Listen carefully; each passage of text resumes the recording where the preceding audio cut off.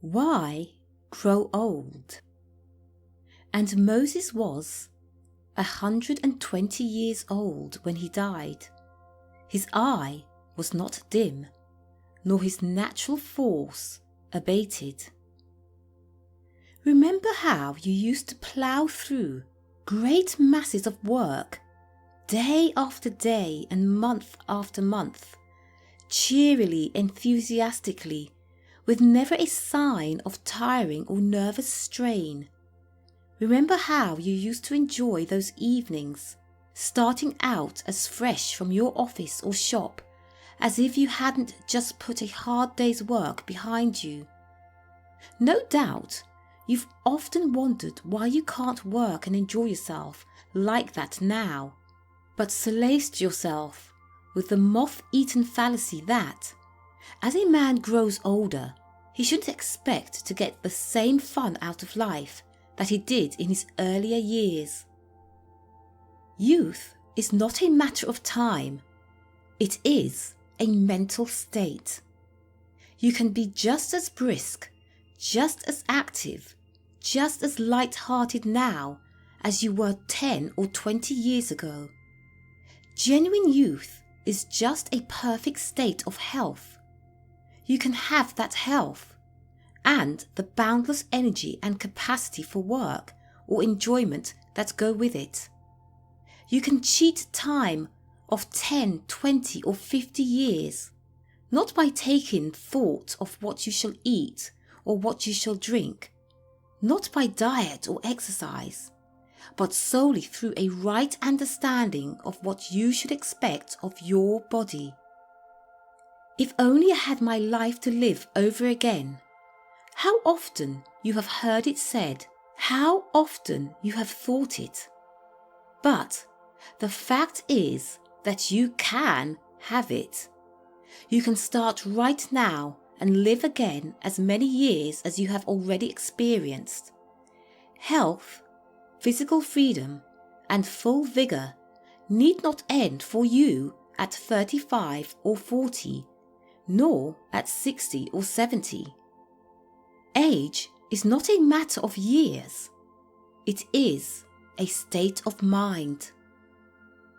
In an address before the American Sociological Society a few months ago, Dr. Hornell Hart of Bryn Mawr predicted that babies born in the year 2000 will have something like 200 years of life ahead of them, and men and women of 100 years will be quite the normal thing.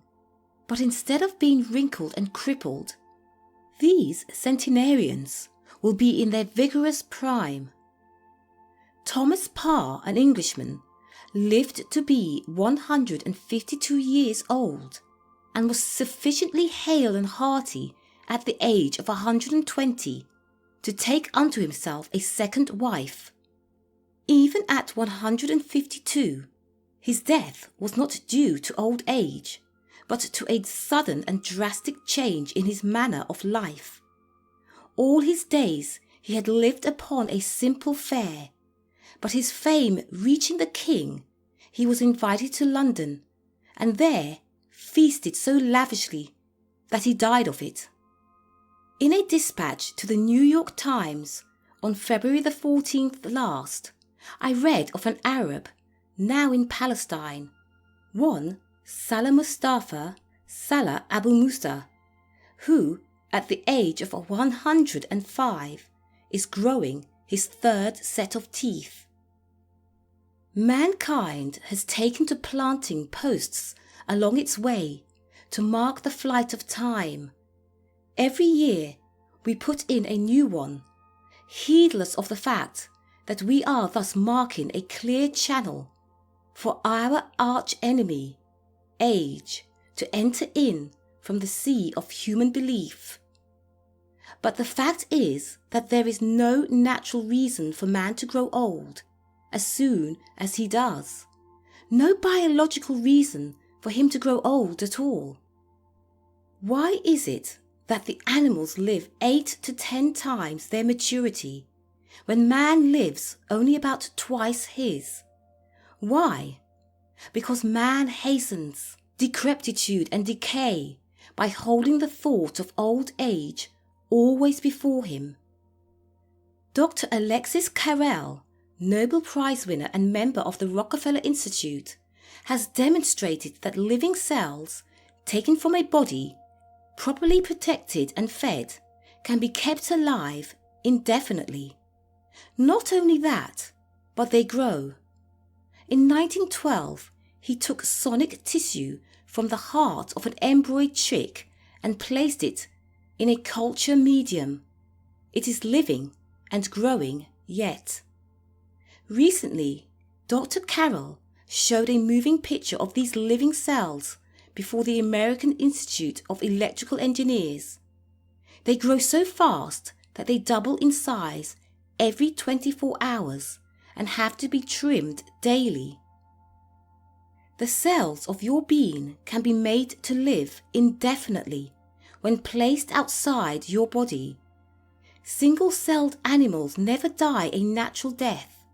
They live on and on until something kills them. Now, scientists are beginning to wonder if multicellular animals like man really need to die. Under the title Immortality and Rejuvenation in Modern Biology, M. Metalnikov of the Pasteur Institute has just published a volume that should be read by all who have decided that it is necessary to grow old and die. Here is the first sentence of the concluding chapter of the book. What we have just written forces us to maintain our conviction that immortality is the fundamental property of living organisms. And further on, old age and death are not a stage of earthly existence. 400 years ago, Ponce de Leon set sail into the mysterious of an unknown world in search of the fountain of youth, when all the time the secret of that fountain was right within himself.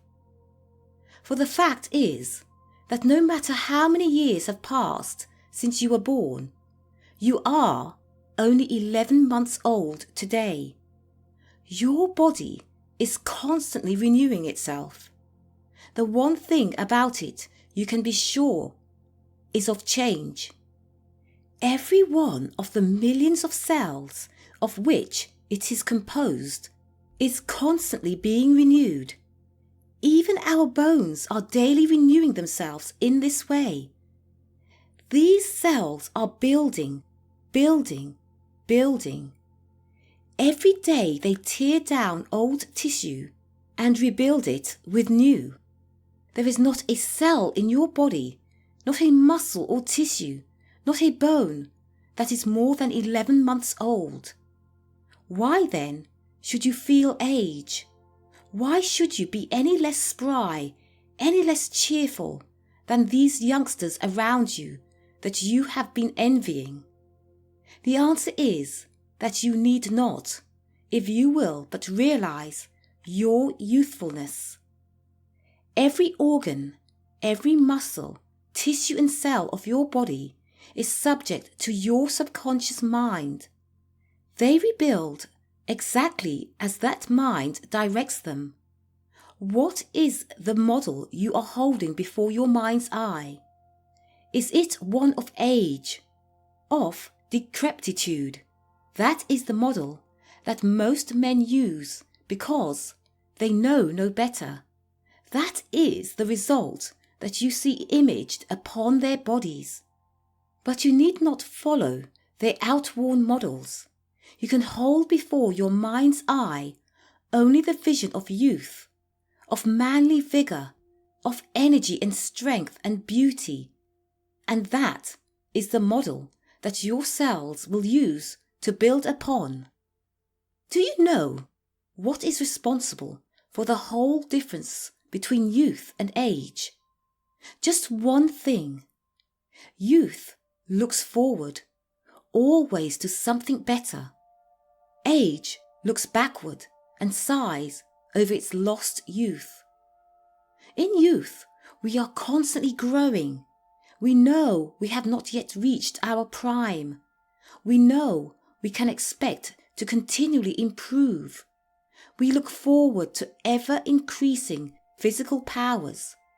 We look forward to a finer, more perfect physique. We look forward to greater mental alertness. We have been educated to expect these things. Therefore, we believe we shall get them. And we get them.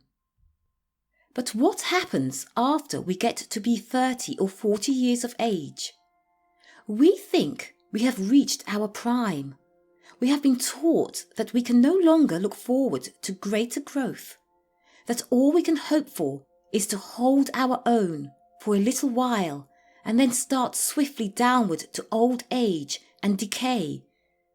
History shows that no nation, no institution, and no individual can continue for any length of time to merely hold his own.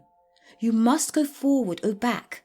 You must move or life will pass you by. Yours is the choice. If you will realize that there is never any end to growth, that your body is constantly being rebuilt, that perfection is still so far ahead of you that you can continue growing towards it indefinitely, you need never know age. You can keep on growing more perfect mentally and physically every day.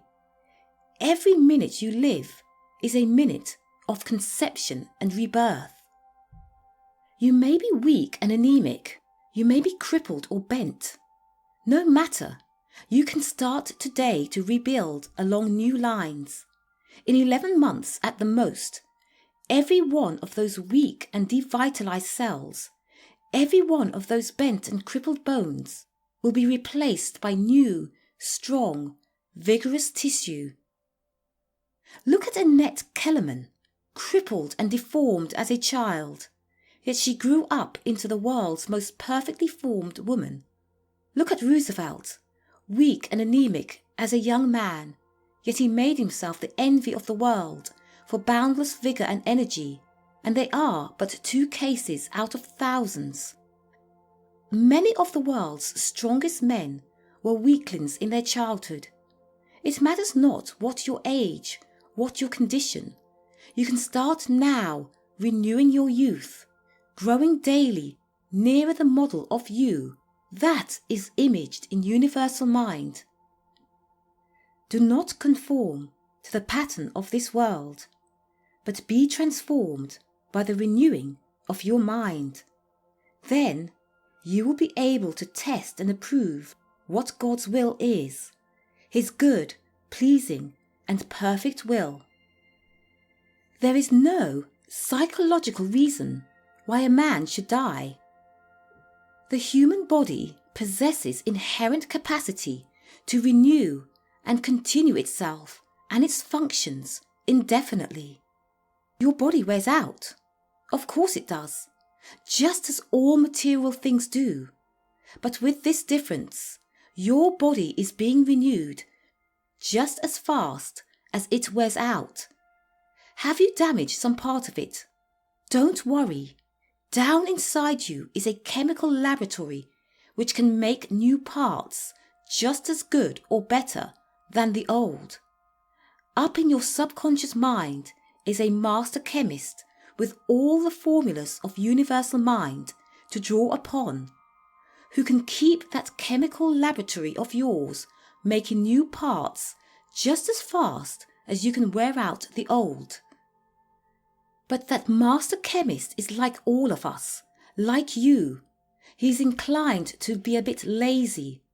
Try to relieve him of some of his functions, and he won't bother about them further.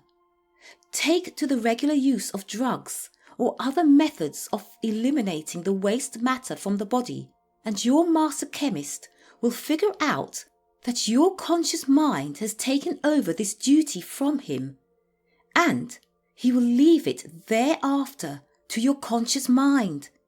Lead him to believe that you no longer expect him to rebuild your body along such perfect lines as in youth, and he will slow down in his work of removing the old worn-out tissue and of replacing them with new, better material. The results? Arteries clogged with worn-out cells, tissues dried and shrunken, joints stiff and creaky. In short, old age. The fault is not with the master chemist. It is with you. You didn't hold him to the job. When you stop looking forward at 30 or 40 and decide thereafter to just grow old in any which way, you throw away the wonderful model on which you have been building. You take the finest material in the world and let your workmen put it together any way they like. In fact, you do worse than that. You tell them you don't expect much from them anymore. Of one thing you can be sure: God never decreed a law of decay and death. If there is any such law, it is man-made, and man can unmake it. The life principle that came to this planet thousands or millions of years ago brought no death principle with it, for death is like darkness. It is nothing in itself. Death is merely the absence of life, just as darkness is merely the absence of light. Keep that life surging strongly. In the book of wisdom of the apocryphal writings you read, "For God made not death, neither hath he pleasure in the destruction of the living.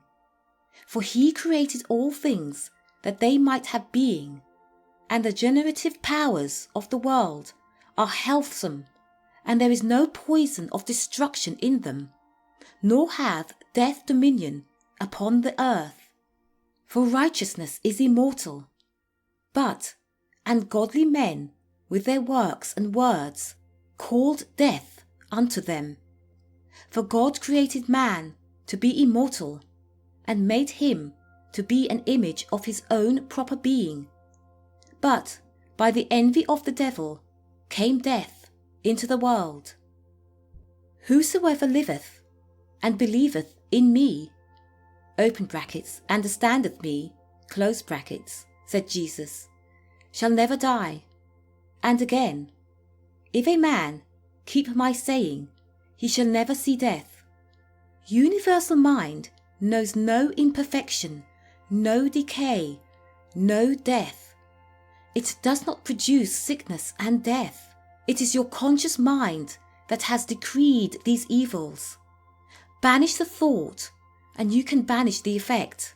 Life was never meant to be measured by years. I remember reading a story of a traveller who had journeyed to a land of perpetual sun. Since there was no sunrise and no sunset, no moons or changing seasons, there was no means of measuring time. Therefore, to the inhabitants of that land, time did not exist, and having no time, they never thought to measure age, and consequently never grew old. Like organisms with a single cell, they did not die except by violence. Men and women ought to grow with years into greater health, broader judgment, and mature wisdom, instead of becoming atrophied and dead to all new ideas. Their minds should through practice hold ever stronger images before them of youthfulness, vigour and freshness. The psalmist says, "But thou art the same, and thy years shall have no end." You are only as old as your mind. Every function, every activity of your body is controlled by your mind. Your vital organs, your blood that sends the material for rebuilding to every cell and tissue, the processes of elimination that remove all the broken down and waste material, are all dependent for their functioning upon the energy derived from your mind. The human body can be compared to an electric transportation system. When the dynamo runs at full power, every car speeds along and everything is handled with precision. But let the dynamo slow down and the whole system lags. That dynamo is your mind, and your thoughts provide the energy that runs it. Feed it thoughts of health and vigour, and your whole system will reflect energy and vitality. Feed it thoughts of decrepitude and age, and you will find it slowing down to the halting pace you set for it. You can grow old at 30. You can be young at 90. It is up to you. Which do you choose? If you choose youth, then start this minute renewing your youth. Find a picture, or better still a statuette, of the man or woman you would like to be, the form you would like to have. Keep it in your room. When you go to bed at night, visualize it in your mind's eye. Hold it in your thoughts as you, as the man or woman you are going to be. In the golden age of Athens, when its culture led the world, Grecian mothers surrounded themselves with beautiful statues that they might bring forth perfect children, and that the children in turn might develop into perfect men and women. 11 months from now, you will have an entirely new body inside and out. Not a single cell, not a single bit of tissue that is now in you will be there then.